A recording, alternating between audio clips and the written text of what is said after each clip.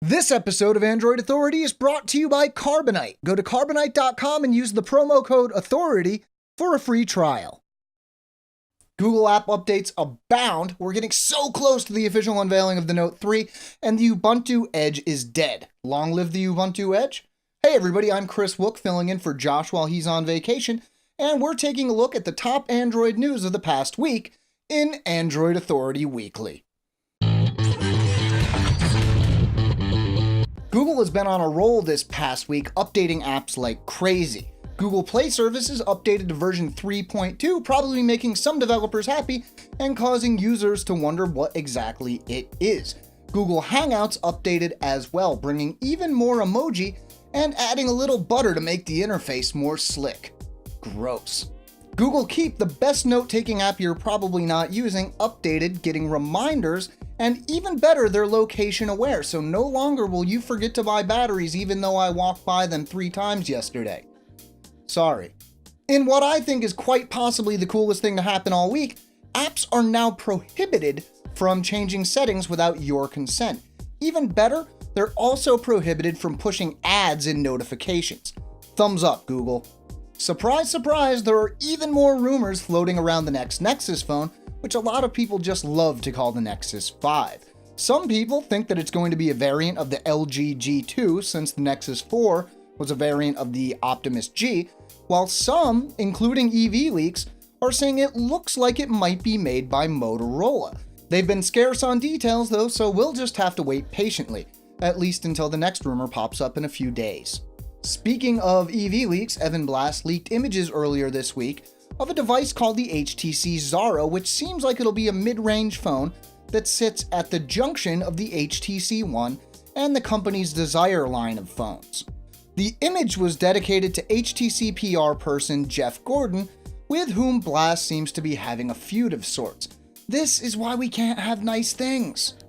Okay, so we already knew that Samsung would be announcing a smartwatch in September, but this week GigaOM went ahead and published a report on the specs the little guy could be packing. We're looking at a 2.5-inch 320 by 320 AMOLED display, a dual-core Exynos processor, 1 GB of RAM, a 2.1 megapixel camera, Bluetooth, and NFC. Compared to what others have said in the past, it doesn't look like we'll see a flexible display here. The Galaxy Gear should be announced officially at IFA in September, but I have a feeling that it just might be overshadowed by another device. If only I could remember what it was. Oh yeah, official details on the Samsung Galaxy Note 3 are less than 10 days away. I know, right? Though we'll know everything official style soon enough, that isn't enough to stop the rumor mill.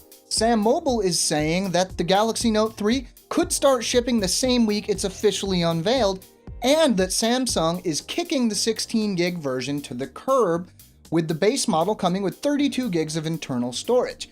Now, Sam Mobile has a pretty good track record, but do remember that nothing has been confirmed yet.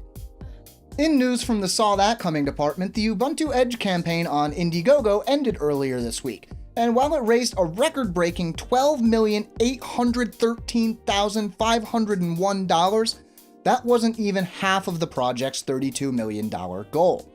That's the bad news. The good news is that if you back the project, at least you get your money back. Though it wasn't successful, this whole thing did raise awareness of the idea of an Ubuntu phone, and Canonical CEO Mark Shuttleworth hasn't ruled out trying an Ubuntu phone again in the future. Good luck, but don't quit your day job, Mark. Oh wait, that kinda is his day job. The new Nexus 7, which might as well be called the Nexus 8 if you follow the same naming scheme as the whole Nexus 5 thing, got an update Friday that hopes to solve 2 serious issues with the device. The first is a GPS issue that was affecting over 50% of our readers with the updated Nexus 7 according to a poll on our site. The other is a problem with multi-touch. So, have you got the update yet? How's it working for you? Let us know. And that wraps it up for this week. If you're looking for more details, or if you just plain like to read, a written companion to this video is available at androidauthority.com.